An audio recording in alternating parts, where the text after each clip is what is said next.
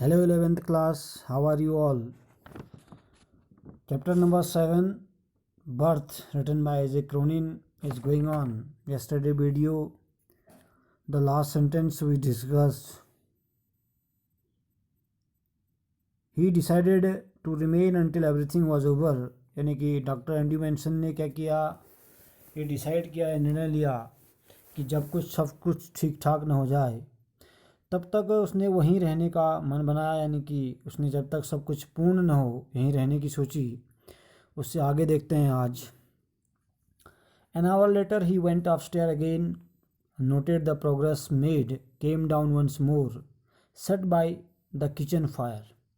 नीचे रसोई में जाकर उसने वह चाय पी जो वृद्धा ने उसे दी, और नीचे An hour later he went upstairs again, noted the progress made, came down once more. बाद फिर वह ऊपर गया, स्थिति में विकास देखा, फिर नीचे आ गया, वह रसोई की आग के पास में बैठ गया। It was still except for the result of a cinder in the grate and the slow tick-tock of the wall clock. कहते हैं कि सब कुछ शांत था सिवाय ग्रेट में यानी कि अंगीठी में राख के खड़कने की आवाज़ व दीवार की टिक-टॉक की आवाज़। No, there was another sound, the beat of Morgan's footsteps as he paced in the street outside. यानी कि नहीं, एक और आवाज़ थी मॉर्गन के कदमों की जो गली के बाहर चहलकदमी कर रहा था। The old woman opposite him sat in her black dress, quite motionless, her eyes strangely alive was and wise, probing, never leaving his face. वृद्धा स्त्री उसके सामने वाली काली पोशाक पहने बैठी, बिल्कुल स्थिर, उसकी आंखें विचित्र रूप से सजग। वह बुद्धिमान थी, वह खोज रही थी कि और डॉक्टर का चेहरा बिल्कुल भी नहीं छोड़ रही थी। His thoughts were heavy, muddled. The episode he had witnessed at Cardiff Station still obsessed him audibly. अब सोचने लग गया, उसके विचार उदास व परेशान थे। डॉक्टर के जिस घटना का वह गवाह था वह अब उसे अब भी हल्ला सा यानी कि परेशान कार्डिफ स्टेशन पर घटी, वो परेशान कर रही थी वो घटना जो है। He thought of Bramwell, foolishly devoted to a woman who deceived him sordidly, of Edward Page, bound to the Shrewis blonde went of Denny, living unhappily apart from his wife. यानी कि उसने ब्रैमवेल के बारे में सोचा जो एक औरत के प्रति मूर्खतापूर्ण हद तक समर्पित था और जिसने उसे बुरी तरह धोखा दिया। एडवर्ड पेज जो धूर्त ब्लोडविन के हाथों हारा। डेनी दुखदपूर्ण जीवन बिताता हुआ अपनी पत्नी से अलग। इन सब चीज़ों के बारे में सोचता है। His reason told him that all these marriage were dismal failure. उसको लगता है कि उसकी बुद्धि ने उसे बता दिया कि ये सब शादियां जो हैं उदासी से पूर्ण असफलता से भरी हुई थी। It was a conclusion which in his present state made him wince. He wished to consider marriage as an idyllic state. Yes, he could not otherwise consider it with the image of Christine before him.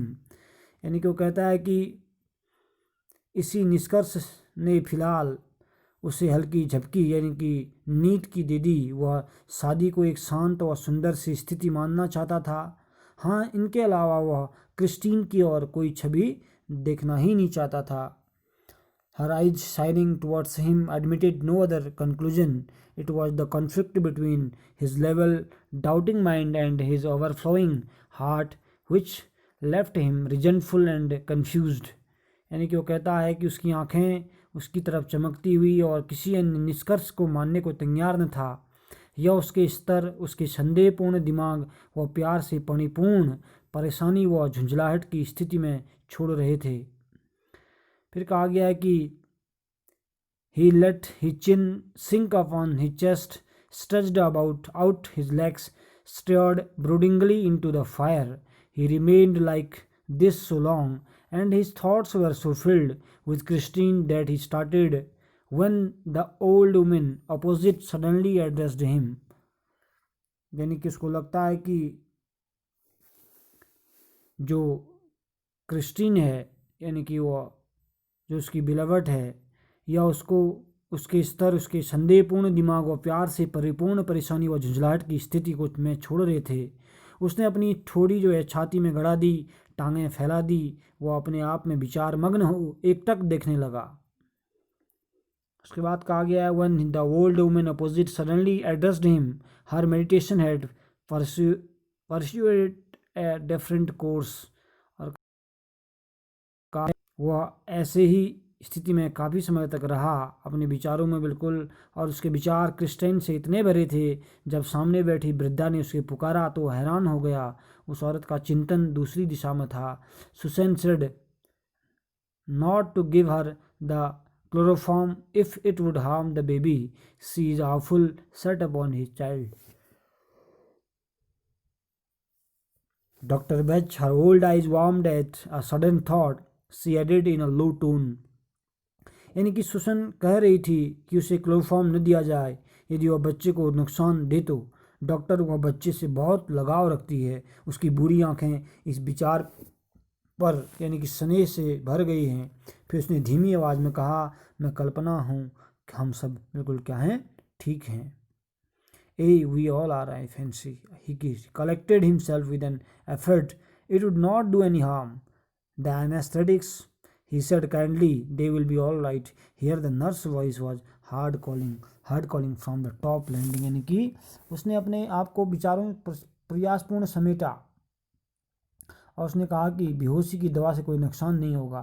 उसने दयालुता से कहा वे दोनों बिल्कुल क्या हो जाएंगे, ठीक हो जाएंगे, यानी कि उनको बिल्कुल ठीक होना होगा। ऊपर अब जो नर्स जो है, नर्स के पुकारने की आवाज़ आती है। अब ऊपर से यानी कि नर्स की आवाज़ आती है, नर्स आवाज़ देती है ऊपर से, ठीक है ना। Calling from the top landing, here the nurse voice was heard calling from the top landing, यानी कि ऊपर से जो नर्स है वह एंड्रयू मेंशन को क्या दे रही है, आवाज़ दे रही है। Andrew glanced at the clock which now showed 3:30. He rose and went up to the bedroom. He perceived that he might now begin his work. कहा गया कि एंड्रयू ने घड़ी की तरफ उड़ती नज़र डाली जो अब 3:30 बज रही थी घड़ी में। वह उठकर शयन कक्ष की ओर गया।